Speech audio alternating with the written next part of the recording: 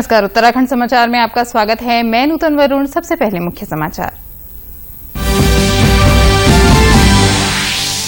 प्रधानमंत्री नरेंद्र मोदी ने उत्तराखंड में कोरोना से उत्पन्न स्थिति पर मुख्यमंत्री से की चर्चा। राज्य को महामारी से निपटने के लिए हर संभव मदद का दिया भरोसा।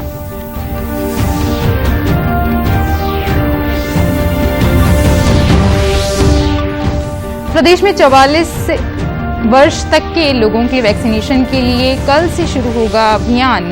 50 लाख से ज्यादा को राज्य में मिलेगा निःशुल्क टीका। 18 से 44 वर्ष तक के लोग करा सकते हैं टीकाकरण। केंद्रीय शिक्षा मंत्री डॉक्टर रमेश पोखरियाल निशंक कोविड से जंग जीतकर एम्स से हुए डिस्चार्ज। घर वापसी के बाद हरिद्वार क्षेत्र में चिकित्सा सुविधाओं के लिए सांसद निधि से मंजूर की 1.5 करोड़ की राशि।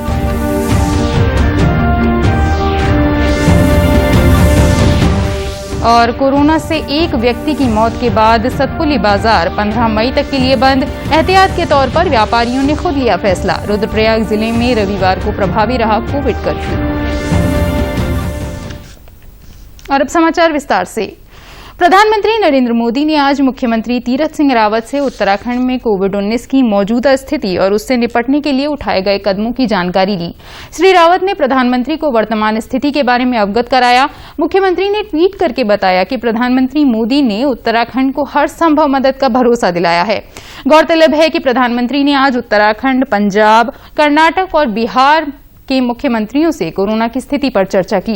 प्रधानमंत्री पिछले कुछ दिन से राज्य के मुख्यमंत्रियों और केंद्र शासित प्रदेशों के लेफ्टिनेंट गवर्नरों से बात करके वहां के हालात और कोविड की रोकथाम के लिए किए जा रहे उपायों की जानकारी ले रहे हैं।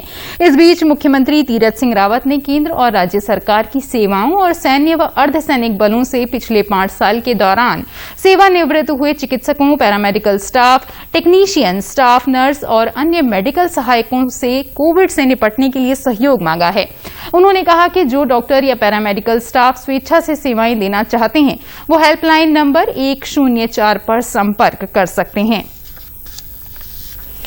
मुख्यमंत्री तीरथ सिंह रावत के निर्देश पर 18 से 44 वर्ष आयु वर्ग के लोगों के लिए राज्य में कल से टीकाकरण अभियान शुरू होगा। इसके लिए राज्य सरकार कोविड वैक्सीन क्रय कर रही है। वैक्सीन निर्माता कंपनी ने इसकी आंशिक आपूर्ति भी कर दी है। स्वास्थ्य सचिव अमित नेगी ने बताया कि शनिवार शाम तक कोविशील्ड वैक्सीन की 1 लाख डोज देहरादून पहुंच गई, जिन्हें राज्य औषधि भंडार केंद्र में रखने के बाद जिलों को भेजा जा रहा है। स्वास्थ्य सचिव के अनुसार अभियान के तहत 18 से 44 वर्ष आयु वर्ग के करीब 50 लाख लोगों को राज्य में निःशुल्क वैक्सीन लगाई जाएगी। वैक्सीन केवल कोविन या आरोग्य सेतु ऐप पर खुद का पंजीकरण करने और अग्रिम अपॉइंटमेंट के बाद ही दी जाएगी। केंद्रीय शिक्षा मंत्री डॉक्टर रमेश पोखरियाल निशंक कोविड से जंग जीतने के बाद दिल्ली स्थित एम्स से डिस्चार्ज हो गए हैं। ये जानकारी उन्होंने अपने सोशल मीडिया पर साझा की। उन्होंने कहा कि सभी मित्रों और शुभचिंतकों के स्नेह और आशीर्वाद से वे कोरोना संक्रमण से मुक्त हो गए हैं। श्री निशंक ने बताया कि कोरोना संक्रमण की स्थितियों के मद्देनजर हरिद्वार के लोगों को बेहतर चिकित्सा सुविधा उपलब्ध हो, इसके लिए उन्होंने 48,50,000 रुपए की लागत से निर्मित होने वाले ऑक्सीजन प्लांट सहित विविध चिकित्सा उपकरणों की खरीद के लिए 1 करोड़ 50 लाख रुपए अपनी सांसद निधि से स्वीकृत किए हैं।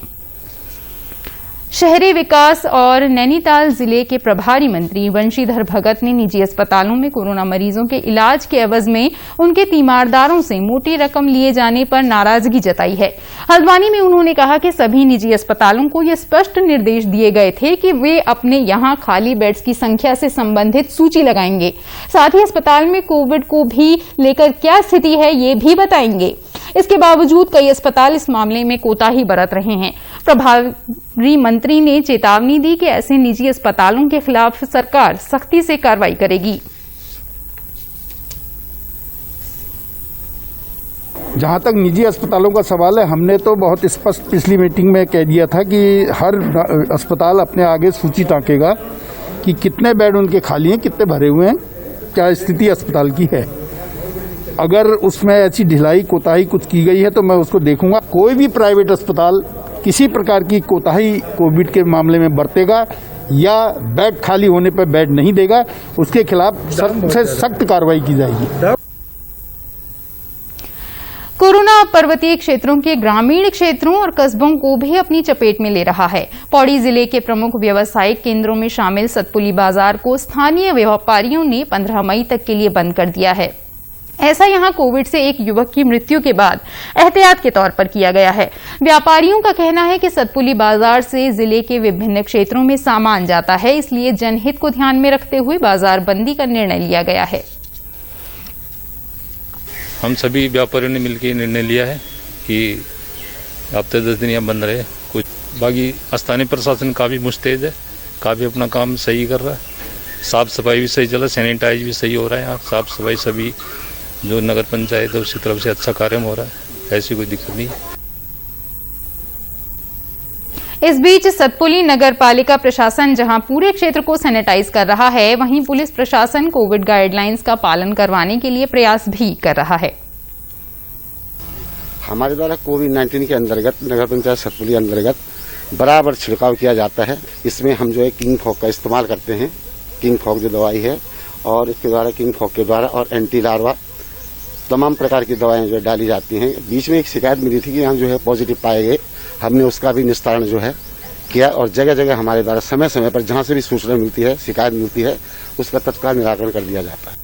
और जो हमारा आइसोलेशन और क्वारंटीन में जो लोग हैं, उनसे भी हम लोग आग्रह कर रहे हैं कि भाई आप लोग जो है क्वारंटीन के नियमों का पालन करें। और मैं आपके माध्यम से ये बताना भी चाहूँगा कि जो लोग अगर क्वारंटीन या आइसोलेशन के नियमों का पालन नहीं कर रहे हैं, उनके खिलाफ हम लोग सख्त कार्रवाई करते हुए आपदा अधिनियम में मुकदमे भी लिखेंगे। जी बिल्कुल, मास्क के संबंध में हमारे यहाँ से मुख्यालय से भी निर्देश हैं। और मैं आपको ये भी बताना चाहूँगा मास्क के संबंध में कि हम लोग जो गरीब या बुजुर्ग लोग हैं, जो असहाय हैं, उनको तो हम लोग खुद अपने स्तर से मास्क दे रहे हैं, निःशुल्क मास्क दे रहे हैं। रुद्रप्रयाग जिले के सभी थाना क्षेत्रों में रविवार को कोविड कर्फ्यू लागू रहा। इस दौरान मुख्य कस्बों को जोड़ने वाले मार्गों पर पुलिस तैनात रही। जिले के सभी बाजार पूरी तरह बंद रहे। जिले में कई जगह 45 वर्ष से अधिक उम्र के व्यक्तियों के लिए वैक्सीनेशन कार्यक्रम भी चला। रुद्रप्रयाग में पुलिस ने कोविड कर्फ्यू के नियमों का उल्लंघन करने पर 21 लोगों का चालान किया।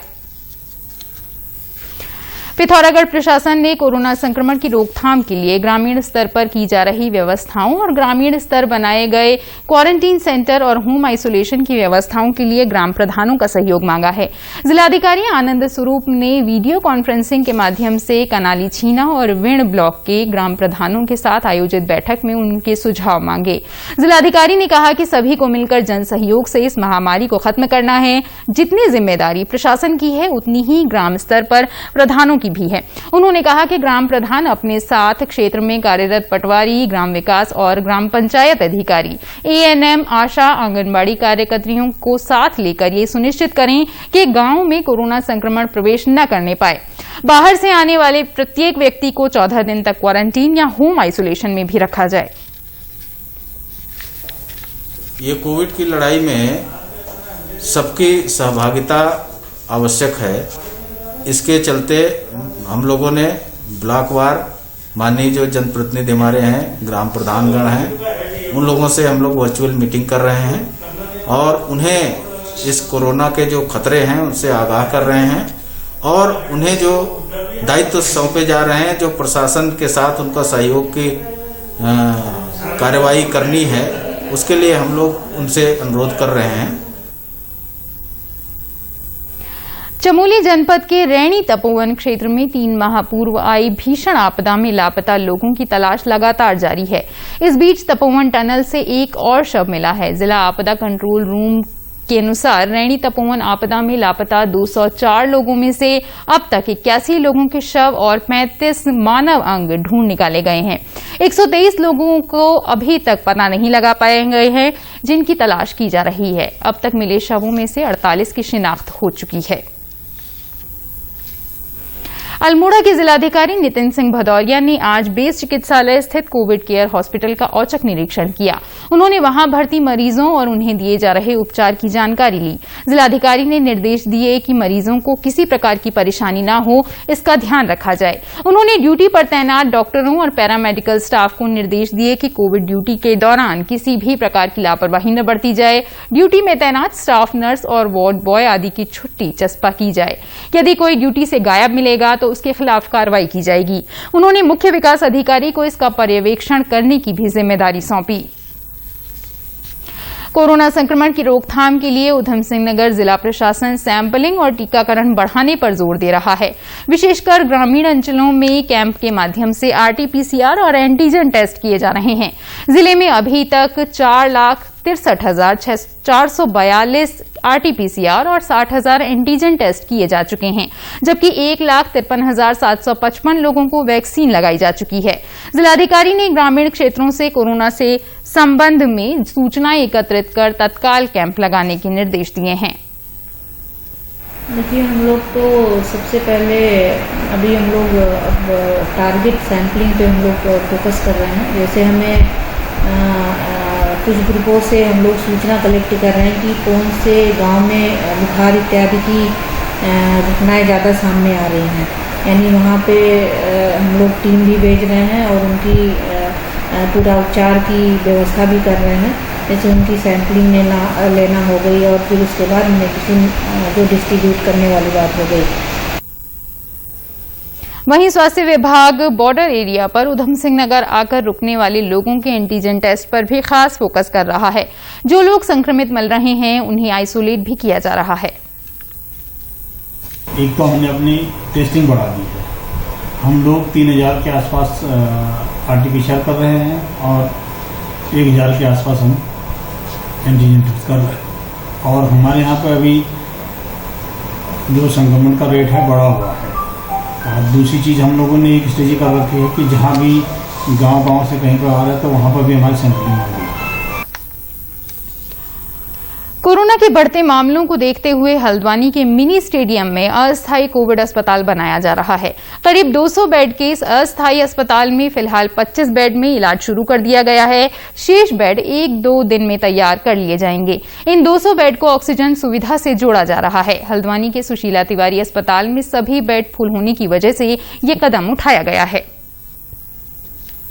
देखिए, तो इसका सबसे बड़ा कारण ये है कि जो सुशीला तिवारी में जितने भी पेशेंट आ रहे हैं पूरे कुमाऊं से आ रहे हैं।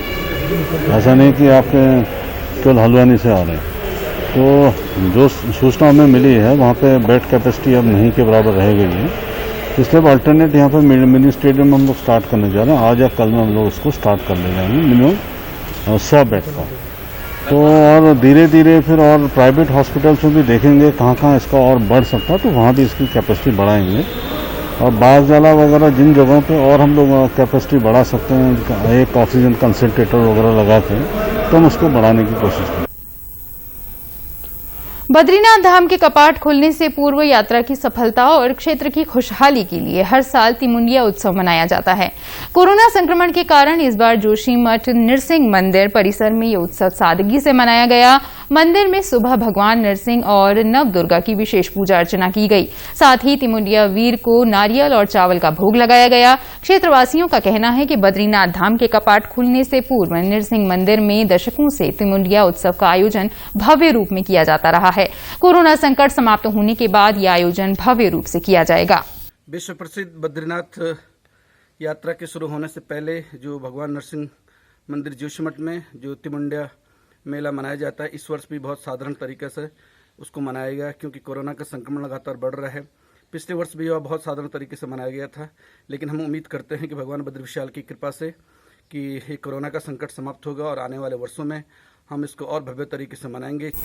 देहरादून के जिलाधिकारी डॉक्टर आशीष कुमार श्रीवास्तव ने मुख्य चिकित्सा अधिकारी को निर्देश दिए कि कंट्रोल रूम में घरों से सैंपल कलेक्शन के लिए आने वाली कॉल्स पर संबंधित के यहां प्राइवेट लैब से टीम भेजकर सैंपल लेना सुनिश्चित कराया जाए। साथ ही ये भी सुनिश्चित किया जाए कि सरकार की ओर से सैंपल के लिए निर्धारित दर से अधिक पैसा न वसूला जाए। वीडियो कॉन्फ्रेंसिंग के माध्यम से सीएमओ, सभी एसडीएम और नोडल अधिकारियों की बैठक लेते हुए जिलाधिकारी ने ये सुनिश्चित करने के लिए भी कहा कि चिकित्सालय अपनी ऑक्सीजन संबंधी मांग को पोर्टल के माध्यम से एक दिन पूर्व भेजें। उन्होंने होम आइसोलेशन किट वितरित करने और संबंधित व्यक्ति को फोन करके ये पता करने को कहा कि किट प्राप्त हुई है या नहीं। जिलाधिकारी ने सभी एसडीएम को अपने अपने क्षेत्रों में कोविड कर्फ्यू की गाइडलाइंस का पालन करवाने के निर्देश दिए। उन्होंने कहा कि मुख्य मार्गों के अलावा अंदरूनी मार्गों पर लोगों के अनावश्यक घूमने की शिकायतें मिल रही हैं, इसलिए ऐसे व्यक्तियों पर सख्ती की जाए। और अब डॉक्टर स्पीक के अंतर्गत आपको मिलाते हैं मनोवैज्ञानिक डॉक्टर सोना कौशल गुप्ता से। कोरोना संक्रमण के दौरान विशेष रूप से बच्चों की देखभाल किस तरीके से करनी चाहिए, उनका ध्यान किस तरीके से रखें, इस बात की चर्चा वो आज कर रही हैं। आइए सुनते हैं। देखा गया है कि बच्चे आजकल ऑनलाइन स्टडीज पे हैं, घर के अंदर बंद हैं और काफी माएँ कंप्लेंट करती हैं, काफी पेरेंट्स कंप्लेंट करते हैं कि बच्चे बहुत चिड़चिड़े हो रहे हैं और उनको कैसे उनको संभाला जाए ताकि उनका भविष्य और उनका फ्यूचर अच्छा हो। तो अगर आप चाहते हैं कि आपका बच्चा खुश रहे, स्वस्थ रहे, तो आप खुश और स्वस्थ खुद रहिए। पेरेंट्स घर का माहौल खुशनुमा बनाइए। जरूरी है कि आप नेगेटिव न्यूज से बचिए, बच्चों को भी बचाइए। स्क्रीन टाइम लिमिट करिए, जो भी उनको देखना है उनसे बात करके उनका लिमिट करिए। बाकी टाइम क्वालिटी टाइम है, उनके साथ स्पेंड करिए, उनके साथ खेलिए, उनसे बात करिए, उनको अच्छी जानकारी दीजिए कोविड या इन्फेक्शंस या कोविड गाइडलाइंस के बारे में।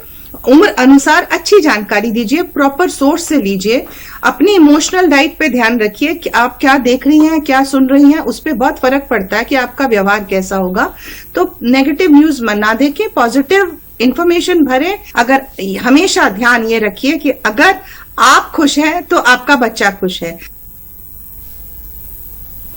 और उत्तराखंड के समाचारों में बस इतना ही। चलते चलते मुख्य समाचार एक बार फिर। प्रधानमंत्री नरेंद्र मोदी ने उत्तराखंड में कोरोना से उत्पन्न स्थिति पर मुख्यमंत्री से की चर्चा। राज्य को महामारी से निपटने के लिए हर संभव मदद का दिया भरोसा।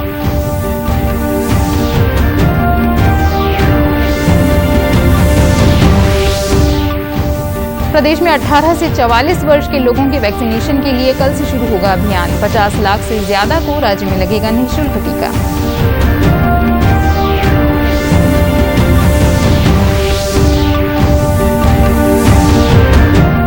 केंद्रीय शिक्षा मंत्री डॉक्टर रमेश पोखरियाल निशंक कोविड से जंग जीतकर एम्स से हुए डिस्चार्ज। घर वापसी के बाद हरिद्वार क्षेत्र में चिकित्सा सुविधाओं के लिए सांसद निधि से मंजूर की 1.5 करोड़ की राशि।